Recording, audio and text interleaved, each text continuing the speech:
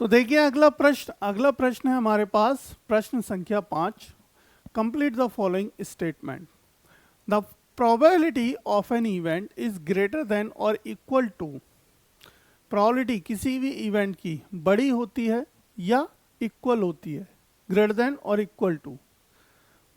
क्या बोला इसने? Probability of an event is greater than और इक्वल टू किसके होती है? 0 के। अभी बताया था हमने, है ना, ये भी हमने प्रश्न कर रखा है।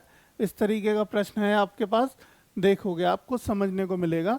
और छोटी होती है, बराबर होती है किससे? 1 के। ये याद रख लेना, ये फॉर्मूला है ना। ये क्या है? ये एक फॉर्मूला है जिससे आपको पता चलता है कि प्रोबेबिलिटी कहाँ से कहाँ तक लाई करती है। 0 से हमेशा बड़ी होगी या बराबर हो सकती है। बराबर कैसे हो सकती है? कि अगर मान लीजिए, मैंने अभी जैसे मान लीजिए कि हेड, हमारे पास एक कॉइन है, तो उसमें हेड होता है या टेल होता है? या तो हेड होता है या टेल होता है। क्या ऐसा हो सकता है कि दोनों तरफ टेल हो या दोनों तरफ हेड हो? नहीं होता है ना। तो ऐसी प्रोबेबिलिटी क्या होगी? 0 होगी, है ना। कि भाई बताओ कि दोनों तरफ हेड हो तो प्रोबेबिलिटी क्या हो गई? 0। अब नेगेटिव में तो जा नहीं सकती प्रोबेबिलिटी, नेगेटिव में कभी नहीं जा सकती, हो ही नहीं सकती, है ना। तो हमेशा 0 से बड़ी होगी या 0 के बराबर होगी, और 1 से छोटी होगी, 1 से बड़ी नहीं होगी।